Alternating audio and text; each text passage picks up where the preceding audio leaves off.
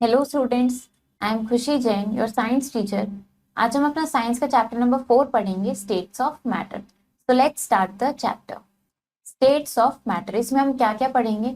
Molecules, particles के बारे में पढ़ेंगे, स्टेट्स ऑफ मैटर के बारे में पढ़ेंगे, सॉलिड्स, लिक्विड, गैसेस की सॉल्युबिलिटी के बारे में पढ़ेंगे वाटर में, change of state, heating and cooling पे कैसे स्टेट चेंज होती है वो पढ़ेंगे, and physical change and chemical change के बारे में पढ़ेंगे।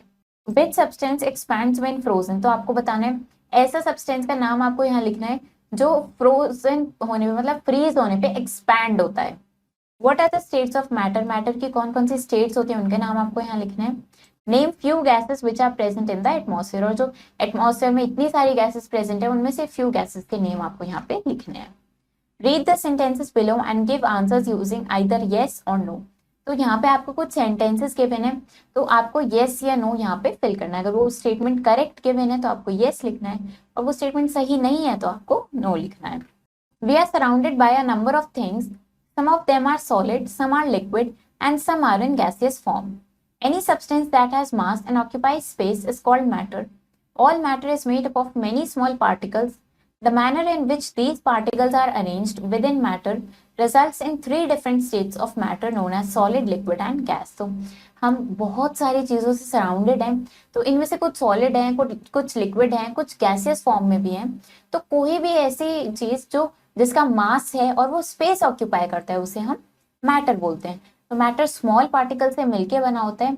तो वो मैनर जिसमें ये पार्टिकल्स अरेंज होते हैं मैटर के अंदर, वो थ्री डिफरेंट स्टेट्स में रिजल्ट करते हैं फिर, जैसे कि सॉलिड, लिक्विड एंड गैस। तो मॉलिक्यूल्स एंड पार्टिकल्स के बारे में पढ़ते हैं। All matter can be split into tiny units that are not visible to the naked eye. These tiny units are called molecules.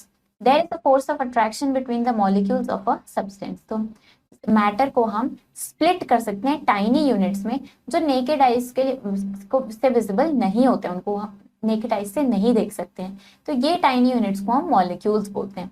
तो इनके बीच में एक फोर्स ऑफ अट्रैक्शन होती है जो आपस में सारे मॉलिक्यूल्स को अट्रैक्ट करके रखती है। As you know that matter is made up of molecules, molecules are further made up of tiny particles called atoms. Molecules are always in a state of motion. They never stop moving. They are constantly attracted towards each other. Atoms are the building blocks of matter. Atoms of same kind form elements, while atoms of different kinds form a compound. Let us understand this with an example. Hydrogen gas is an element as its molecule is made up of hydrogen atoms only. Oxygen gas is also an element as its molecule is made up of oxygen atoms only. However, water is a compound as its molecules are made up of both hydrogen and oxygen atoms. तो हमें पता है matter molecules से मिलके बनता है, और molecules further और ज्यादा टाइनी पार्टिकल्स होते हैं, एटम्स जिन्हें हम बोलते हैं, उनसे मिलके बनते हैं। तो मॉलिक्यूल्स जो होते हैं वो हमेशा मोशन में होते हैं, वो कभी भी स्टॉप नहीं करते हैं। तो ये क्या होते हैं, ये सारे मॉलिक्यूल्स आपस में एक दूसरे को अट्रैक्ट कर रहे होते हैं एवरी टाइम। तो एटम्स क्या है, हमारे मैटर का बिल्डिंग ब्लॉक है, ये मेन बेसिक चीज है हमारी एटम, जो जिसके थ्रू ही मैटर बनना शुरू होता है। फिर तो जो सेम काइंड ऑफ एटम्स होते हैं वो फॉर्म करते हैं एक एलिमेंट्स को, और डिफरेंट काइंड ऑफ एलिमेंट्स एक कंपाउंड फॉर्म करते हैं। इसको हम एग्जाम्पल की हेल्प से समझते हैं। अगर हम हाइड्रोजन गैस की बात करते हैं तो हाइड्रोजन गैस हमारा एक एलिमेंट है, क्योंकि उसके जो मॉलिक्यूल्स है वो सारे हाइड्रोजन एटम्स से बने हैं। इसी तरीके से अगर हम ऑक्सीजन गैस की बात करें तो ऑक्सीजन गैस भी एक एलिमेंट है, क्योंकि इसके जो मॉलिक्यूल है, जो ऑक्सीजन का मॉलिक्यूल है, वो ऑक्सीजन के एटम से बना है। बट अगर हम वाटर की बात करते हैं तो वाटर एक कंपाउंड है, क्योंकि उसमें ऑक्सीजन एंड हाइड्रोजन दोनों के मॉलिक्यूल्स इन्वॉल्व हैं। तो यहाँ पे हमें ये फिगर दिख रही है, हाइड्रोजन मॉलिक्यूल जिसमें सिर्फ हाइड्रोजन के एटम्स हैं, ऑक्सीजन मॉलिक्यूल जिसमें सिर्फ ऑक्सीजन के एटम्स हैं, एंड वाटर मॉलिक्यूल जिसमें ऑक्सीजन एंड हाइड्रोजन दोनों प्रेजेंट है। तो ये कंपाउंड कहलाता है। स्टेट्स ऑफ मैटर के बारे में पढ़ते हैं। On the basis of arrangement of molecules, matter is classified into three states, solid, liquid and gas. तो मॉलिक्यूल्स किस बेसिस पे अरेंज हुए हैं, मैटर को हम थ्री स्टेट्स में डिवाइड कर सकते हैं। सबसे पहले सॉलिड पढ़ते हैं। A solid is usually hard and have fixed shape and volume. Its shape cannot be changed until some external force is applied on it. In solids, molecules are very closely packed to each other. There is no space between molecules to move around. Also, solids do not diffuse in air. Examples of solids are ice, rock, wood, book, chair and so on. तो solid usually कैसा होता है, hard होता है, उसकी fixed shape होती है and fixed volume होती है, उसकी शेप को आप चेंज नहीं कर सकते हो जब तक कोई उस पर एक्सटर्नल फोर्स ना अप्लाई की जाए। तो सॉलिड्स के जो मॉलिक्यूल्स होते हैं वो बहुत ज्यादा क्लोजली टाइटली पैक्ड होते हैं, उनके बीच में बिल्कुल स्पेस नहीं होती है मूव करने के लिए, तो इसलिए सॉलिड्स एयर में डिफ्यूज नहीं करते हैं। इसके एग्जाम्पल्स है ice, rock, wood, book, chair etcetera. Liquid की बात करते हैं तो a liquid has definite volume but no fixed shape, it takes the shape of a container in which it is kept. In liquids, molecules are not closely packed to each other. There is a space between molecules to move around. Liquids can therefore be easily poured from one container to another. Like solids, liquids also do not diffuse in air. Examples of liquids are water, juice, milk, oil, shampoo and so on. तो liquid की क्या होती है, definite volume होती है लेकिन कोई fixed shape नहीं होती है। लिक्विड को आप जिस भी कंटेनर में डाल दो वो उसी कंटेनर की शेप ले लेता है। तो इसके मॉलिक्यूल्स बहुत ज्यादा क्लोजली पैक्ड नहीं होते हैं, उनके बीच में थोड़ी स्पेस होती है। तो लिक्विड को हम एक कंटेनर से दूसरे कंटेनर में पोर कर सकते हैं। तो सॉलिड्स की तरह ही लिक्विड्स भी एयर में डिफ्यूज नहीं करते हैं। इसके कुछ एग्जाम्पल्स है water, juice, milk, oil, shampoo etcetera. Gas के बारे में पढ़ते हैं। Gas has no definite volume and no fixed shape, it occupies all the space in the container in which it is kept. In gas, molecules are very loosely packed to each other. Molecules can move quickly in all directions. Molecules in a gas may be brought closer through by squeezing them into smaller container. The spaces between them then become less. This is like putting many people in a small room. They have to sit closer to each other. Thus, a gas can be compressed. Example of gases are air, oxygen, nitrogen, carbon dioxide, etc. तो gas की कोई fixed volume या कोई fixed shape नहीं होती है, वो जिस भी कंटेनर में होती है वो उस कंटेनर की पूरी स्पेस को ऑक्यूपाई कर लेती है। तो गैस के मॉलिक्यूल्स बहुत लूजली पैक्ड होते हैं, इसलिए ये अलग अलग डायरेक्शंस में मूव करती है, इनके बीच में बहुत स्पेस होता है। लेकिन आप इनको क्लोजली आप लेके आ सकते हो इन मॉलिक्यूल्स को स्क्वीज करके एक स्मॉल कंटेनर में, जिससे क्या होगा, इनके बीच की स्पेस कम हो जाएगी। तो ये एक तरीके से क्या है कि बहुत सारे लोगों को आपको एक स्मॉल कमरे में अगर आप रख दिए, बहुत सारे लोगों को स्मॉल कमरे में आपने स्मॉल रूम में बिठा दिया है, तो क्या होगा, उनको काफी क्लोज बैठना पड़ेगा एक दूसरे के। इसी तरीके से गैस को आप कंप्रेस कर सकते हो। तो गैसेस के एग्जांपल है air, oxygen, nitrogen, carbon dioxide etcetera. Rubber, sand, sponge, sugar and salt are solids. तो rubber band, sponge, sugar, salt ये सब सॉलिड्स हैं।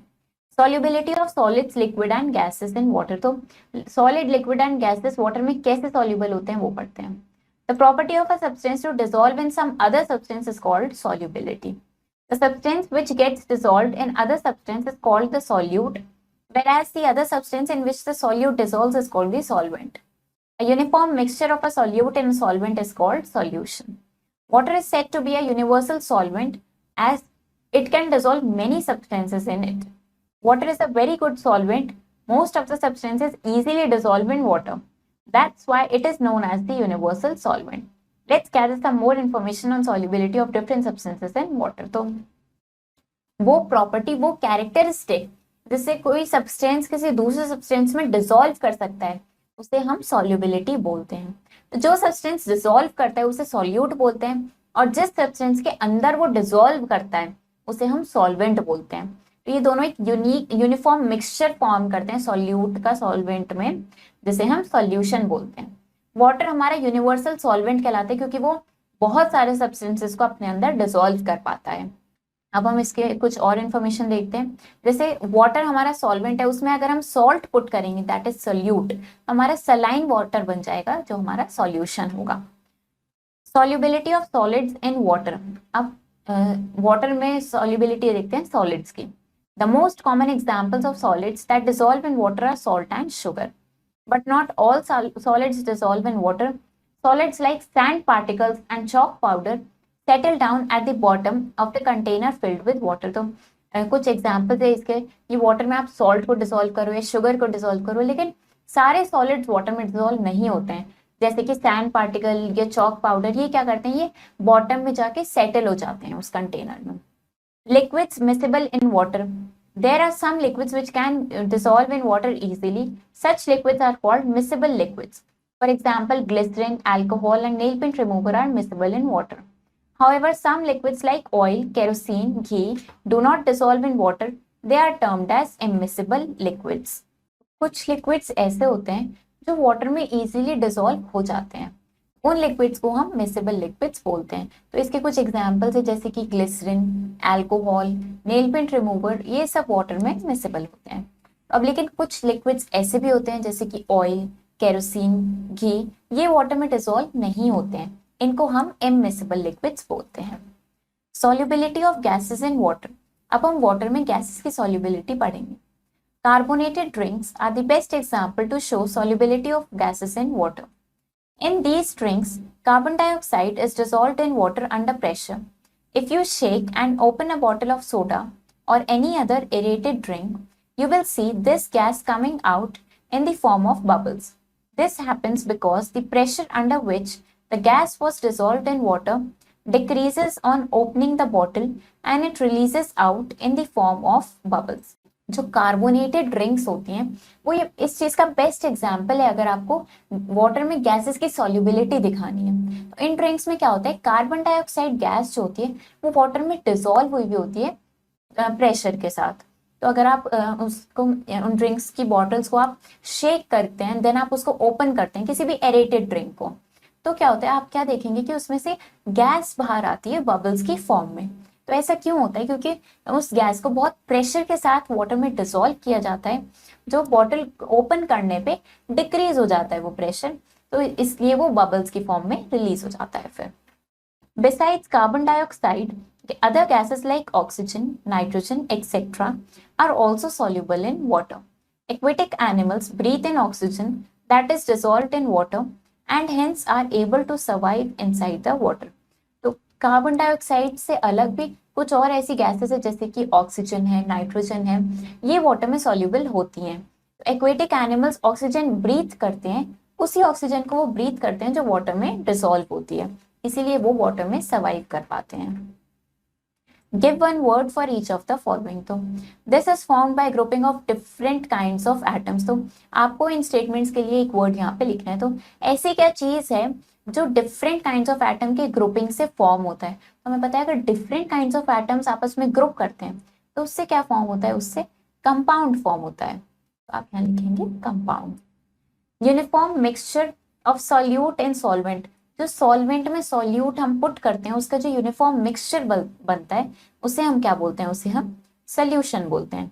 सो इस तरीके से आप इन स्टेटमेंट्स को रीड करेंगे एंड उनके लिए वन वर्ड यहाँ पे लिखेंगे। Change of state, heating and cooling. अब हीटिंग एंड कूलिंग पे स्टेट कैसे चेंज होती है वो देखते हैं। Matter can change it's state on heating and cooling. This is because both heating and cooling change the arrangement of molecules in the substance. For example, ice on heating changes to water. Similarly, when water is heated strongly, it changes into steam. When we cool steam, it gives up heat and condenses into water. If we keep water in the refrigerator, we take away more heat from the water and water freezes into ice. So, matter की state change हो सकती है heating and cooling के basis पे। This is because ऐसा क्यों होता है, क्योंकि हीटिंग और कूलिंग से क्या होता है, जो मॉलिक्यूल्स अरेंज हुए हुए हैं किसी सब्सटेंस में उनके अरेंजमेंट में कुछ चेंजेस आ जाते हैं। जैसे कि अगर आइस को हम हीट करते हैं तो वाटर में कन्वर्ट हो जाता है। इसी तरीके से अगर वाटर को बहुत ज्यादा स्ट्रांगली हीट करोगे तो वो स्टीम में कन्वर्ट हो जाता है। उस स्टीम को हम कूल डाउन करेंगे तो वो क्या होगा, हीट रिलीज कर देगा, कंडेंस हो जाएगा और वाटर फॉर्म में बन जाएगा दोबारा। और उस वाटर को रेफ्रिजरेट कर दोगे आप तो उससे और ज्यादा हीट ले ली जाएगी वापस और वो वाटर फ्रीज हो जाएगा आइस की फॉर्म में। Physical change and chemical change. सबसे पहले फिजिकल चेंज पढ़ते हैं। Any change in matter in which no new substance is formed is termed as a physical change. It may involve a change in the state of matter and it can be usually be reversed. It is not a permanent change. For example, water on cooling becomes ice and on heating becomes steam. Here, even though the state of water has changed from liquid to solid and liquid to gas, it's still the same.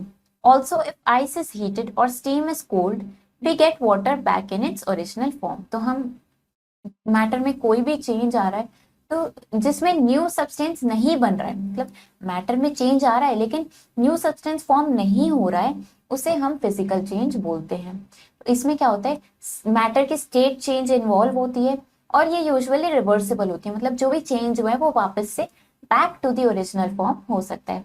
ये permanent change नहीं होता है, temporary होता है। जैसे कि water को आप कूल करके आइस बना सकते हो, इसी तरीके से उसको हीट करके स्टीम बना सकते हो। वाटर की स्टेट चेंज हो रही है, लिक्विड से सॉलिड, लिक्विड से गैस, ये स्टेट चेंज हो रही है, लेकिन है तो वो फिर भी सेम ही, क्योंकि आइस को अगर आप हीट कर रहे हो या स्टीम कर रहे हो, कूल कर रहे हो, तब भी हमें वाटर वापस मिल जाएगा ओरिजिनल फॉर्म में। The changes in which new substances are formed are called chemical changes. They are permanent in nature and cannot be reversed. For example, a piece of paper on catching fire burns and turns into grey ash. A green mango ripens and turns into sweet yellow fruit. Both these changes cannot be reversed. The following table lists the differences between physical and chemical changes. तो अब ऐसे changes जिसमें एक new substance form होता है उसे हम chemical changes बोलते हैं। ये परमानेंट होते हैं, इनको हम रिवर्स नहीं कर सकते हैं, वापस से ओरिजिनल फॉर्म में नहीं लेके आ सकते हैं। जैसे अगर आपने किसी पेपर के पीस को बर्न कर दिया है या उस पर फायर लग गई, वो ऐश में कन्वर्ट हो गया है, तो वापस से आप उस ऐश से पेपर नहीं बना सकते हैं। कोई ग्रीन मैंगो था, वो राइप हो चुका है, वो स्वीट येलो फ्रूट बन चुका है, स्वीट येलो मैंगो बन चुका है। अब आप उसको वापस से ग्रीन मैंगो नहीं कन्वर्ट कर सकते हो, आप उसको रिवर्स नहीं कर सकते हो। तो यहाँ पे हमें टेबल गिवन है जिसमें हम फिजिकल एंड केमिकल चेंजेस को कंपेयर करेंगे। Physical change, no new substances are form. Physical सब चेंज में कोई भी न्यू सब्सटेंस फॉर्म नहीं होता है। केमिकल चेंज में न्यू सब्सटेंस फॉर्म होता है। The molecular composition of the substance does not change. Physical change में जो मॉलिक्यूलर कॉम्पोजिशन है, मॉलिक्यूल्स का अरेंजमेंट है, वो चेंज नहीं होता है। केमिकल चेंज में मॉलिक्यूलर कॉम्पोजिशन चेंज हो जाता है। It is temporary change. Original substance can be reversed bye simple means in most cases. तो फिजिकल चेंज टेम्पररी चेंज होता है, ओरिजिनल सब्सटेंस को आप वापस ला सकते हो सिंपल तरीके से।